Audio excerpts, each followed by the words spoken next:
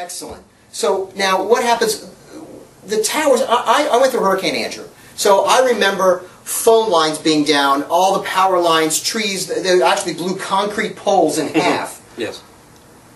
Why is Sprint or any other cellular carrier, why is their tower going to be up and why am I going to get bars? It's all about bars, right? Well, it's about bars, and it's more than just putting a tower up there. You also got to make sure you have your infrastructure in place, and it does come down to power, and part of our strategy is ensuring that we have fuel supply at the generators at each of these sites. Many of the carriers fell short, and we've gone through Andrew, we've gone through Wilma, we've gone through a bunch of storms, and sometimes, let's face it, it's hit or miss. But as long as the infrastructure is there and you have fuel, in theory, you should have connectivity. So your network is generator powered, you've got an emergency response team, and you've got a system in place to keep it running. You've got the resiliency and redundancy. Right. Now, our clients know that we preach redundancy, resiliency, always have a backup internet connection. We like wireless. Anyone's flavor 3 or 4G as a backup to terrestrial connections. You know what I mean by terrestrial connections, it's on the ground. Right. And then what happens is every year we start talking about business continuity in January, and they go,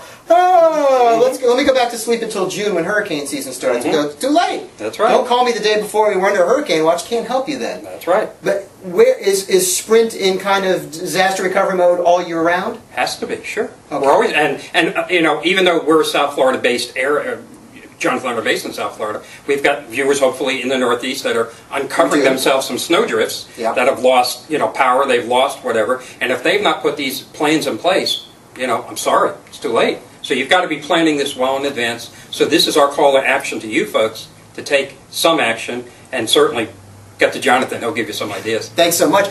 I've told you all about what to have kits in your office, on your person, in your car. There's a number of those videos around on my blog on what you should start to put together. This is the other side of it. This is the data side. This is continuity for the whole business. We've got some blogs on that too in planning. I think having connectivity to the cloud, to have a failover system or primary system in the cloud is part of that strategy. I mean, it's 2011.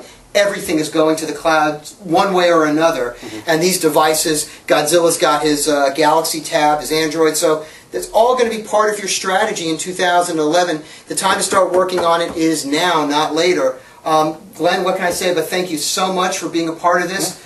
You'll come back, we'll talk about some things closer to hurricane season, and for the last time, I'm so sorry, you have to say goodbye. One more time. But we got to close it one last time. Ready? Ready, I'm good. We're going to do this 4 right. times the charm? Yeah, you got it. You want to go solo? You think? No, you better not. Okay. Ready? 1, 2, 3. What would you do if Godzilla stepped on your building? He got it! Yay! All right. Thanks so much for tuning in. We'll see you next time. Bye.